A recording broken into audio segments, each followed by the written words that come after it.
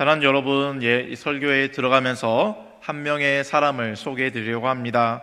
이 사람은 직업이 기자였습니다. 기자는 여러분 어떤 직업입니까?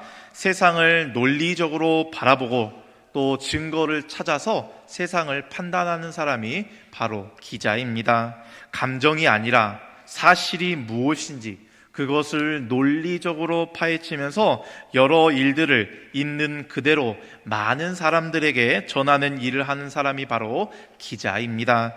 이 기자의 이름은 리 스트로벨이라는 기자입니다.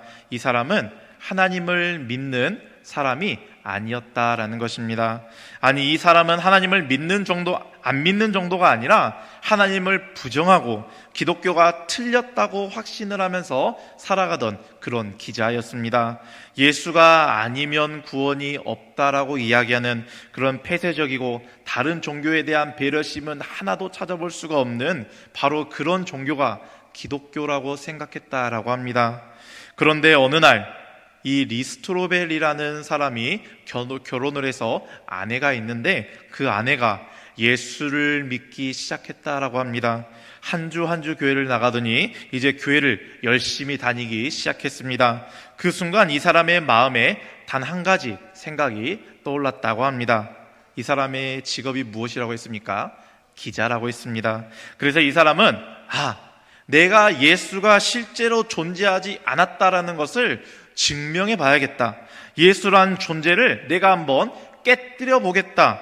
예수가 실제로 존재하지 않았다라는 그 증거를 찾으면 쉽게 예수를 부정할 수 있을 거야. 그러면 내 아내를 교회를 못 가게 할 수 있을 거야 라고 생각했다라고 합니다. 사랑하는 여러분, 이 마음은 어떻습니까? 하나님을 찾는 믿음이 아니라 하나님을 판단하는, 하나님이 있는지 없는지 내가 한번 그 존재를 한번 들여다보겠다, 또는 다른 신들과 똑같은 신은 아닌지 내가 한번 찾아봐서 증명해 봐야겠다. 이것들 가만히 있어 라고 했다라고 합니다. 그래서 그는 역사적인 자료를 다 찾아보고 또 실제로 존재했다라고 이야기가 전해지는 곳에 직접 찾아다니면서 하나 둘 파헤치기 시작했습니다. 끝까지 밀어붙일 생각이었다라고 합니다. 기자였으니 여러분 어떻습니까? 우리도 탐사 프로그램을 보면 어떻습니까? 정말 끈질기게 찾아다니면서 증거들을 찾아 그 사실을 밝히는 기자들의 모습을 여러분도 잘 아실 거라고 생각합니다. 그렇게 예수를 부정하기 위해 이 리스토레벨이라는 사람은 이게 사실이면 내가 예수를 믿고, 아니면 내가 아니다고 확실하게 생각하니까 예수의 존재를 내가 한번 부숴 보겠다라고 생각했다라고 합니다. 그렇게 2년의 시간이 지났습니다. 사랑하는 여러분, 예수님의 그 존재는 깨뜨려졌을까요? 아니면 이 사람이 깨뜨려졌겠습니까? 자신이 세운 증거, 그 증거들의 위에 세운 그 논리가 모두 다 부서짐을 그 사람은 경험했습니다. 예수의 존재를 부정할 수 있는 확실한 증거를 찾지 못하고, 아니 오히려 성경이 사실이다라는 그러한 증거만 알게 되었다라고 합니다. 그래서 그는 역사적 예수가 아닌 예수는 역사다라는 책을 통해서 예수님이 실제로 존재했었다라는 것을, 실제로는 그것을 증명하는 사람이 되었습니다. 그는 결국에 이렇게 그 책에서 고백했습니다. 내가 하나님을 부정하기 위해서 내가 하나님을 찾아다녔다라고 생각을 했는데 나는 이미 하나님께 붙잡힌 사람이었다라고 이야기를 합니다. 사랑하는 우리 신강교회 성도 여러분, 우리 사랑하는 청년 여러분, 이게 오늘 말씀의 시작입니다. 우리는 하나님을 선택한 사람이 아니라 우리가 하나님한테 예배드려야지, 예배드리지 말아야지라고 우리가 하나님께 예배드리는 것도 우리의 발걸음으로, 우리의 의지대로 왔다라고 생각하지만 우리는 하나님께서 부르신 사람이고 하나님께 붙들린 존재다라는 것을 기억하시기를 바랍니다. 오늘 1절 말씀을 다시 한 번 더 읽어보도록 하겠습니다. 아브라함이 99세 여호와께서 아브라함에게 나타나서 그에게 이르시되 나는 전능한 하나님이라 너는 내 앞에서 행하여 완전하라. 아멘. 오늘 1절의 말씀에서 보면 하나님께서 아브라함에게 처음으로 말씀하신 것은 무엇입니까? 바로 나는 전능한 하나님이다 라는 것입니다. 하나님께서 아브라함에게 나타나셨습니다. 그리고 자신이 누구신지 다시 한 번 더 아브라함에게 확실하게 이야기해 주시고 드러내고 계시는 것입니다. 아브라함이 하나님을 찾아서 헤맸던 것이 아니었습니다. 아브라함이 하나님을 간절히 찾고 부르짖은 게 아니라 하나님께서 아브라함에게 찾아오셨다라는 것입니다. 아브라함에게 앞서서 약속을 해주셨는데 그 약속이 어떻게 이루어질지 알지 못하고 근심하며 살아가는 아브라함에게 하나님은 다시 한 번 더 찾아오셨고 자신이 어떤 하나님인지 다시 한 번 더 알려주시기 위해서 아브라함에게 찾아오셨다라는 것입니다. 오늘 말씀은 이것을 이야기하면서 그렇게 시작하고 있습니다. 그것은 하나님을 믿는 믿음, 우리 마음속에 하나님을 향한 이 믿음은 내가 믿고 있기에, 내가 하나님을 붙들고 있기에 우리 마음 가운데 있는 믿음이 아니라 하나님이 주신, 하나님께서 우리를 붙드셨기에 우리 마음속에 있는 그러한 믿음이다라는 것입니다. 하나님께서 우리에게 그 믿음을 주셨고 그 믿음대로 살아갈 수 있도록 저와 여러분을 이렇게 예배의 자리로 불러주셨으며 저와 여러분을 붙들고 계시는 하나님이십니다. 그 하나님은 어떤 하나님이십니까? 이어서 보면 나는 전능한 하나님이다 라고 말씀합니다. 그러니 너는 내 앞에서 행하여 완전하라 라고 말씀하고 계십니다. 내 앞에서 행하라라는 말씀은 내 앞에 있으라, 내 앞에서 너의 삶을 살아라 라는 것입니다. 하나님이 어떤 분인지 모르고 믿는 사람은 계속해서 계산하면서 살아가게 됩니다. 다른 신들이랑 비슷할 거라고, 다른 우상들 믿는 것처럼 하면 되겠지, 이 정도 봉사하면 되고, 내가 이 정도까지만 하면 되고, 여기까지 하면 되겠지 라면서 신앙생활을 하게 됩니다. 하지만 하나님을 진짜 만나게 되면 어떻습니까? 우리의 이런 계산적인 생각은 거기에서 모두 다 무너지게 되고 거기에서 끝이 나게 됩니다. 그 이유가 바로 이어서 5절에 나오는데요, 우리 5절 말씀도 함께 읽어보도록 하겠습니다. 이제 후로는 내 이름을 아브람이라 하지 아니하고 아브라함이라 하리니 이는 내가 너를 여러 민족의 아버지가 되게 함이니라. 아멘. 여러분, 이 5절의 말씀은 아브람이 이제 아브라함이라는 이름으로 바뀌게 되는, 하나님께서 이제 아브라함으로 불러주시는 매우 유명한 장면이고 유명한 말씀입니다. 바로 아브라함의 존재가 완전히 바뀌는 순간이기 때문입니다. 아브라함은 어떤 사람이었습니까? 하나님께 약속을 받았지만, 그 약속함을 입었지만, 약속을 들었지만 아직 그 약속이 이루어진 것을 경험하지 못한 사람이었습니다. 자식도 없고 미래도 보이지 않습니다. 그런데 하나님께서는 그를 찾아오셔서 이제 너는 아브람이 아니라 아브라함이라고, 너는 모든 민족의, 많은 민족의 아버지다라고 이름을 바꾸어 불러주고 계시다라는 것입니다. 현상은 그대로인데, 아브라함의 현실은 그대로인데 아브라함이 어떤 사람인지, 아브라함의 정체성이, 그 존재가 하나님 앞에서 완전히 바뀌게 되었다라는 것입니다. 사랑하는 성도 여러분, 사랑하는 우리 청년 여러분, 이것이 바로 하나님의 방식이다라는 것을 기억하시기 바랍니다. 하나님을 만나면 우리의 상황이 먼저 바뀌지 않습니다. 우리가 어떤 사람인지, 내가 어떠한 존재인지, 바로 나의 정체성이, 나의 존재가 먼저 바뀌게 된다라는 것을 기억하시기 바랍니다. 앞에서 보았던 리스트로벨이라는 그 기자도 마찬가지였습니다. 그는 무신론자였고, 아니 기독교를 반대하는 사람이었고 기독교를 혐오하던 그런 사람이었습니다. 그런데 그가 하나님을 부정하려다가 결국 하나님을 만나게 되었습니다.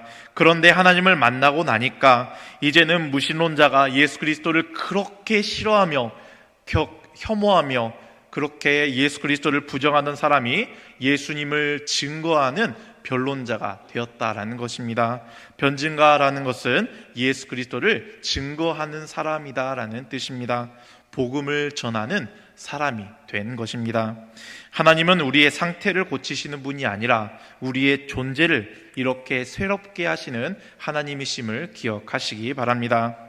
그리고 하나님께서는 아브라함에게 원하시는 것이 있었는데요, 우리 9절과 10절도 함께 읽어보도록 하겠습니다. 하나님이 또 아브라함에게 이르시되 그런즉 너는 내 언약을 지키고 내 후손도 대대로 지키라. 너희 중 남자는 다 할례를 받으라.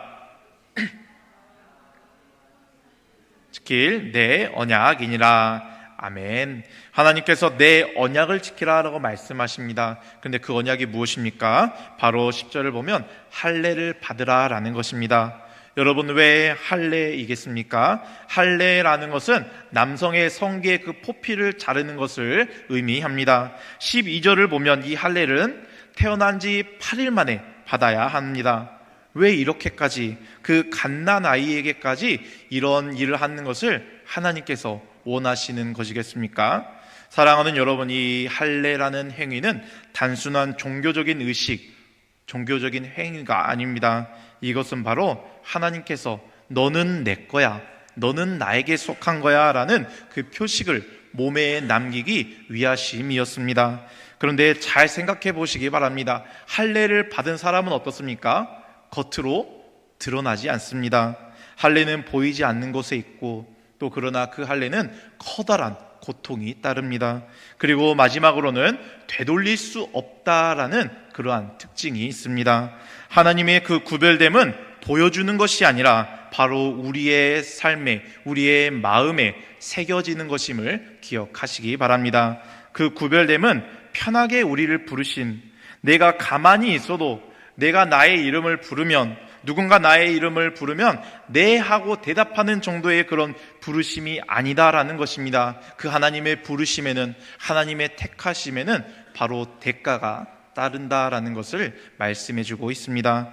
그 단 한순간에만 경험되는 것이 아니라 또한 그 구별됨은 평생 가게 됩니다.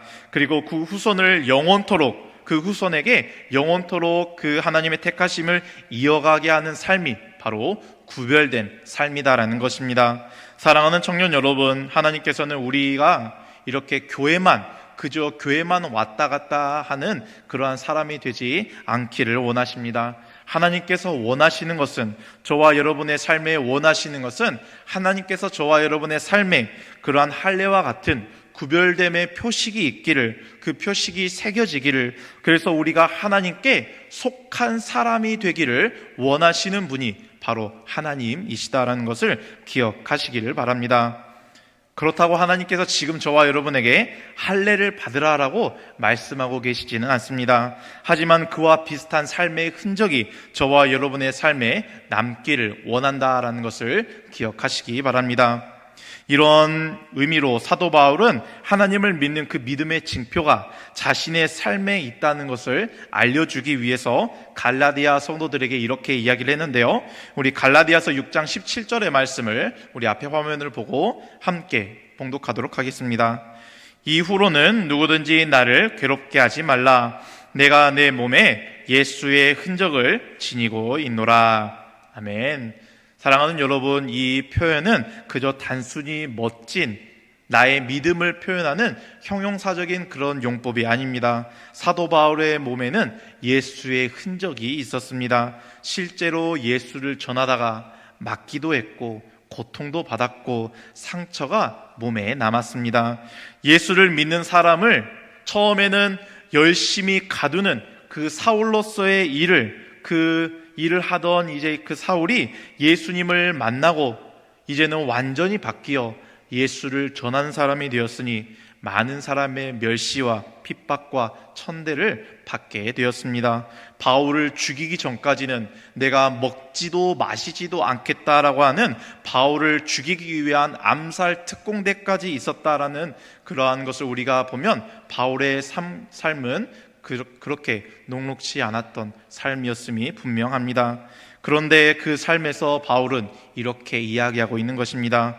지금 내 몸의 상처는, 이 모든 흔적들은 내가 예수 그리스도를 전하는 삶을 살다가 갖게 된 그러한 흔적이다라는 것입니다.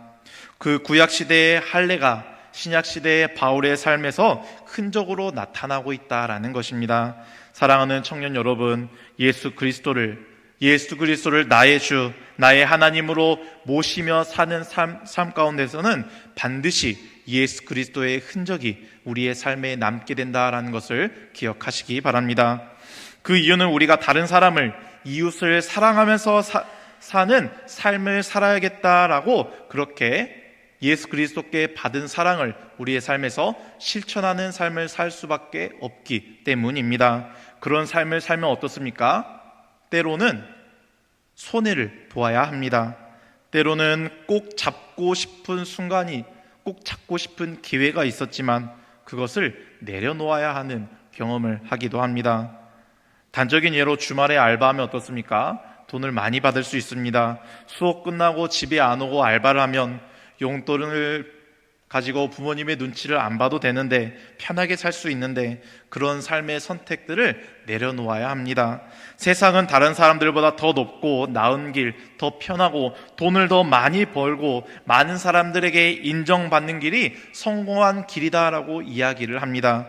하지만 예수 그리스도를 믿는 삶은 때때로 나에게 남는 것만을 바라보는 삶이 아니라 타인에게 남는 것이 많은 삶, 다른 사람이 나의 삶으로 인해서 의미를 찾게 되는 삶, 또 나로 인해서 힘을 얻게 되는 삶, 삶의 중요한 순간에 나로 인해서 도움을 받게 된다면 그것으로 족한 삶을 살아가는 것이 바로 예수 그리스도가 부르시는 삶이요, 예수 그리스도를 믿는 삶이기 때문입니다. 사랑하는 여러분, 오늘 하나님께서는 저와 여러분에게 묻고 계십니다.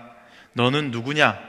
너는 세상에 속하는 사람이냐, 아니면 나의 음성을 듣고 구별된 삶을 살아가기를 원하는 사람이냐? 이 질문을 가지고 오늘 말씀을 삶에 적용하면 이런 질문이 되는 것입니다. 너의 삶에 흔적이 있느냐? 예수님 때문에 우리의 삶의 선택을 바꾸어 본 경험이 있고, 예수님 때문에 포기해 본 것이 있고, 예수님 때문에 견뎌본 시간이 있는지, 하나님께서는 그렇게 우리를 그냥 살게 내버려 두지 않으시고 저와 여러분을 부르시는 하나님이심을 기억하시기 바랍니다. 그리고 저와 여러분의 삶에 예수 그리스도의 그 흔적이 남기를 원하시는 하나님이심을 기억하시면서 그 하나님의 부르심에, 하나님의 음성에 아멘으로 화답하며 내 삶에 예수 그리스도의 그 흔적이 남기를 간절히 바라는 저와 여러분이 되시기를, 우리 청년들의 그러한 귀한 삶이 되시기를 주님의 이름으로 축원합니다.